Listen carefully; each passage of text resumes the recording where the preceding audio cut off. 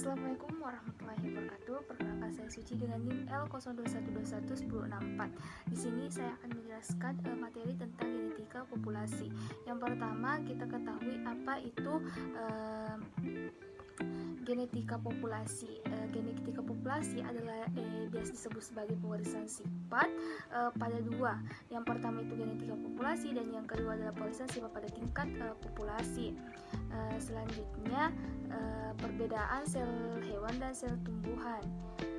Sel hewan dan sel tumbuhan itu memiliki berbagai perbedaan dari bentuk sel. Kalau sel hewan itu bentuknya bermacam-macam, sedangkan sel tumbuhan itu bentuknya kaku dan jarang berubah bentuk. Dan bentuk ukuran selnya, kalau sel hewan itu kecil, kalau sel tumbuhan itu besar. Sedangkan dinding sel pada sel hewan itu tidak ada dan sel tumbuhan ada. Selanjutnya lisosom.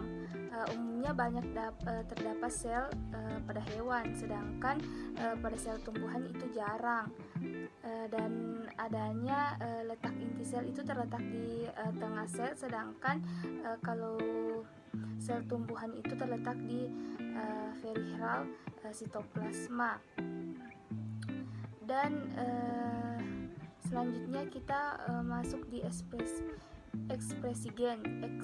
Kita ketahui bahwa ekspresi gen adalah proses di mana kode informasi ada pada gen diubah menjadi protein yang beroperasinya hanya di dalam sel, di mana ekspresi gen ini terbagi atas dua, yaitu transkripsi adalah proses pembuatan salinan RNA dan translasi adalah proses sintesis polipeptida yang spesiesnya di dalam ribosom.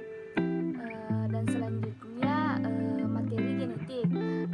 Materi genetik itu atau faktor hereditas adalah informasi yang dimiliki setiap sel makhluk hidup, di mana yang dapat diwariskan kepada keturunannya.